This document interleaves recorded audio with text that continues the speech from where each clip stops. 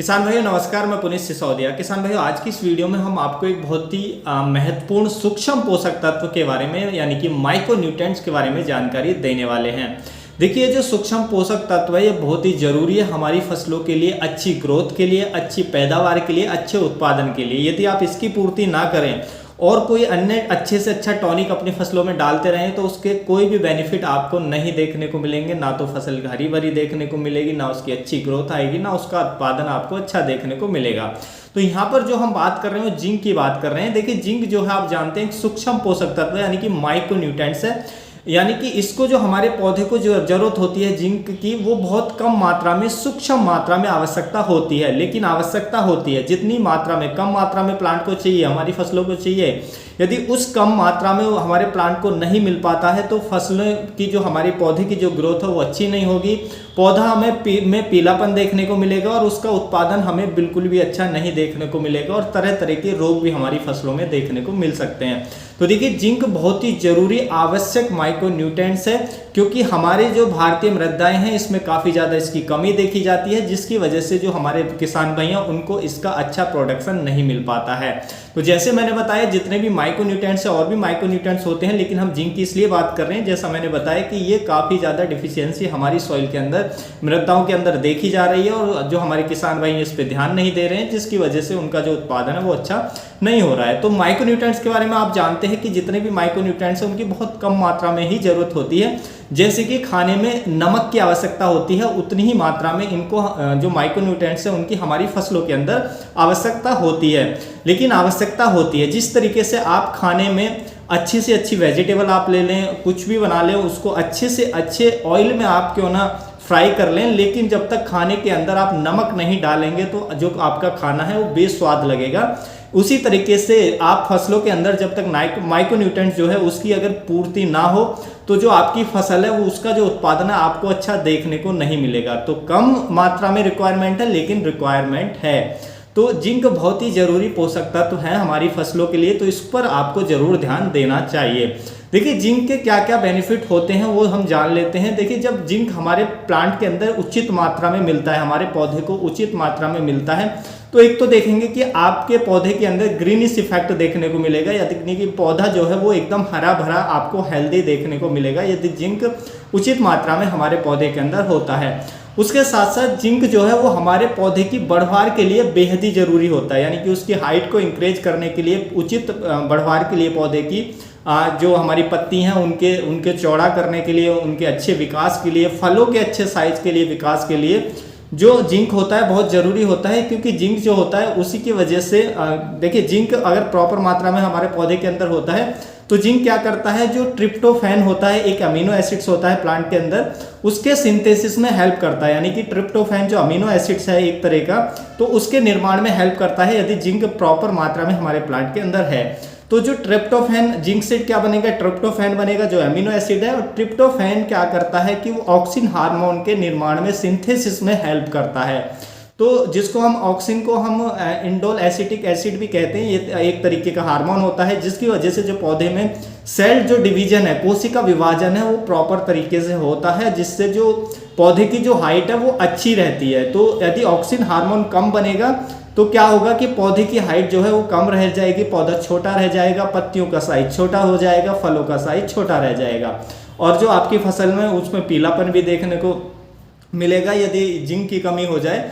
तो इसलिए जिंक क्या करता है, ट्रिप्टोफैन निर्माण में हेल्प करता है। ट्रिप्टोफैन क्या हेल्प करता है कि वो ऑक्सिन हार्मोन के निर्माण में, जिसको इंडोल एसिटिक एसिड कहते हैं, उसके निर्माण में हेल्प करता है, जिससे जो हमारी पौधे की ग्रोथ है वो हमें बेहतर देखने को मिलती है। यदि जिंक की कमी हो जाए तो पौधे की आपको ग्रोथ अच्छी देखने को बिल्कुल भी नहीं मिलेगी।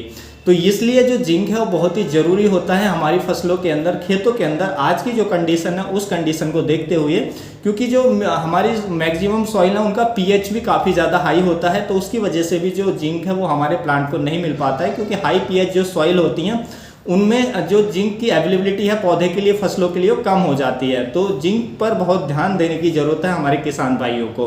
तो देखिए, जिंक को हम कैसे दे सकते हैं। तो जिंक को देने के लिए आपके पास दो बेस्ट ऑप्शन मौजूद हैं, जैसे कि जिंक सल्फेट मोनोहाइड्रेट आता है, जिंक सल्फेट हेप्टाहाइड्रेट आता है। तो देखिए, जिंक सल्फेट जो मोनोहाइड्रेट आता है उसके अंदर जो जल का अणु होते हैं वो कम होते हैं, 2 होते हैं, और जिंक सल्फेट जो हेप्टाहाइड्रेट आता है उसके अंदर जो जल के अणु होते हैं वो 7 होते हैं। तो आप देखेंगे जो मोनोहाइड्रेट है वो देर से गलेगा, और लेकिन जो हेप्टाहाइड्रेट का यदि आप यूज करते हैं और किसी खाद के यूरिया के साथ मिलाते हैं तो जल्दी से पानी छोड़ने लगता है, क्योंकि उसमें थोड़े जल के जो अणु होते हैं वो ज़्यादा होते हैं।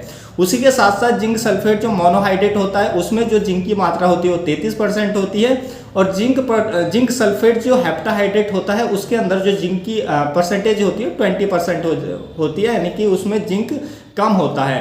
तो आप कोई सा भी यूज कर सकते हैं जो आपको आसानी से अवेलेबल हो, लेकिन यदि आप सॉइल में दे रहे हैं, सॉइल एप्लीकेशन की हम बात करें तो जो जिंक सल्फेट मोनोहाइड्रेट होता है जिसमें 33% जिंक होती है, तो उसकी जो आपको डोज रखनी है पर एकड़ वो रखनी है 6 किलोग्राम पर एकड़ के हिसाब से आपको बेसल डोज में दे सकते हैं। बुवाई के समय दे सकते हैं, आप खड़ी फसल में भी दे सकते हैं।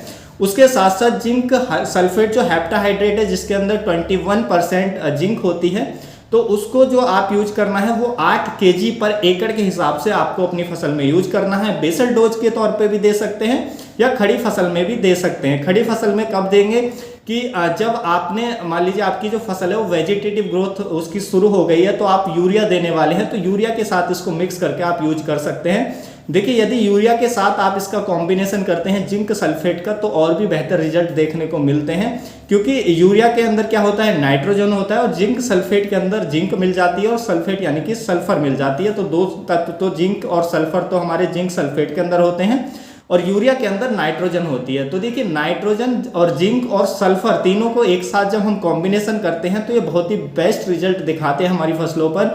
फसल जो है बहुत ही हरी भरी ग्रीनिश और उसकी जो ग्रोथ है बहुत तेजी से देखने को मिलेगी, क्योंकि देखिए जिंक सल्फर और नाइट्रोजन इन तीनों तत्वों को हम एक साथ देते हैं तो ये क्या करते हैं, ये एक दूसरे की अवेलेबिलिटी को बढ़ा देते हैं पौधे के अंदर, यानी कि जो पौधा है इन तत्वों को आसानी से ले पाता है, ये एक दूसरे की उपलब्धता को बढ़ा देते हैं, जिससे हमें और भी अच्छे रिजल्ट देखने को मिलते हैं। तो आप इस तरीके से यूज कर सकते हैं। यदि सॉइल एप्लीकेशन कर रहे हैं और स्प्रे में भी आप चाहते हैं तो स्प्रे में भी यूज कर सकते हैं। यदि आपने सॉइल एप्लीकेशन नहीं किया है तो आप इसको स्प्रे में भी दे सकते हैं। स्प्रे में जो हमें जिंक सल्फेट देना होता है वो 5 ग्राम पर लीटर पानी में मिलाकर हमें देना होता है। इससे ज़्यादा डोज ना रखें और इससे कम डोज ना रखें। और इसके जो आप मैक्सिमम स्प्रे कर सकते हैं केवल 2 स्प्रे करें, 2 से ज़्यादा स्प्रे बिल्कुल भी ना करें, क्योंकि ज़्यादा भी स्प्रे करेंगे तो उसकी वजह से भी जो टॉक्सिसिटी है वो भी आपके प्लांट के अंदर आ सकती है। क्योंकि जो कोई भी तत्व यदि ज़्यादा हो जाए, मान लीजिए जिंक बहुत ज़रूरी तत्व है हमारे पौधे के लिए, लेकिन ये थोड़ी मात्रा में ज़्यादा भी हो जाए तो भी जो हमारे पौधे की जो ग्रोथ है उस पर विपरीत असर पड़ता है, पौधे की ग्रोथ अच्छी नहीं होती है और पौधे में बर्निंग आ सकती है, जिसका सीधा असर हमारी उपज पे देखने को मिलेगा, यानी कि उपज कम हो जाएगी।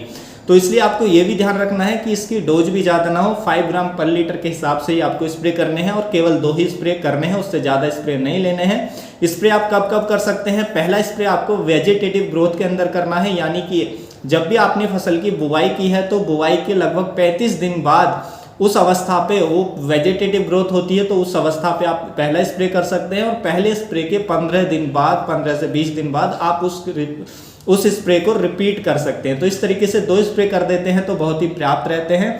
तो इस तरीके से आप अपनी फसलों की अच्छी ग्रोथ ले सकते हैं और जो तत्व की कमी है उस तत्व की पूर्ति करके जो आपकी फसल है वो काफ़ी हरी भरी उत्पादन आपको अच्छा देखने को मिलेगा। तो उम्मीद है किसान भाई जो आज की जानकारी आपको अच्छी लगी होगी।